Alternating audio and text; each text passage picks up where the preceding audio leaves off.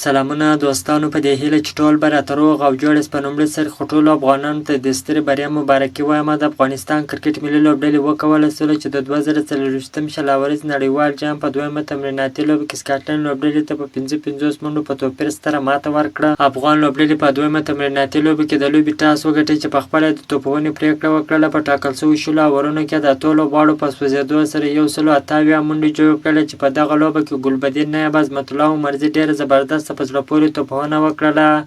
ګلبدین نایب 9 منډې په 10 بالونو باندې جوړ کړه. داسې عظمت الله عمرزي هم ډېره زبردسته په زړه پورې توپونه وکړله چې 48 منډې جوړې کړلې.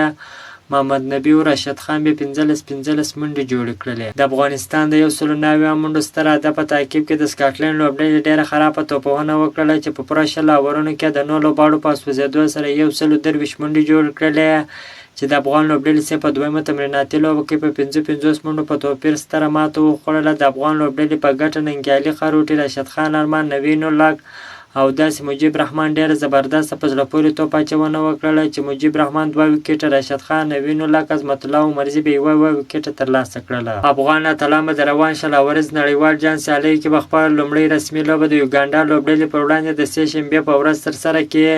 که تاسو غواړئ د کرکټ په اړه باندې تازه او مهمو معلومات څخه ځان خبر کړئ نو حتما زموږ پیج سره فالو، چینل در سره سبسکرایب کړئ. د نورو تازه معلوماتو لپاره هم در سره اوسئ. تر بلې ویډیو پورې د الله په امان.